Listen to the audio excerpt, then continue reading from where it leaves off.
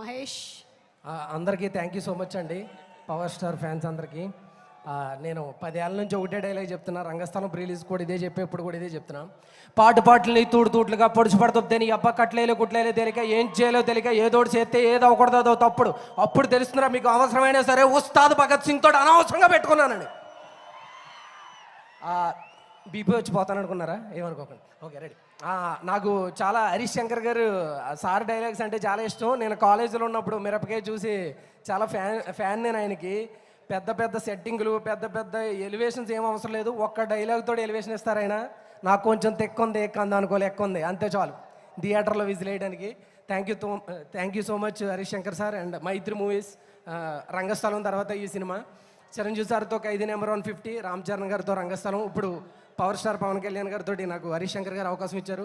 అలాగే నా ఫ్రెండ్ అఖిల్కి కూడా థ్యాంక్ యూ సో మచ్. అందరికీ పేరు పేరున థ్యాంక్ యూ సో మచ్.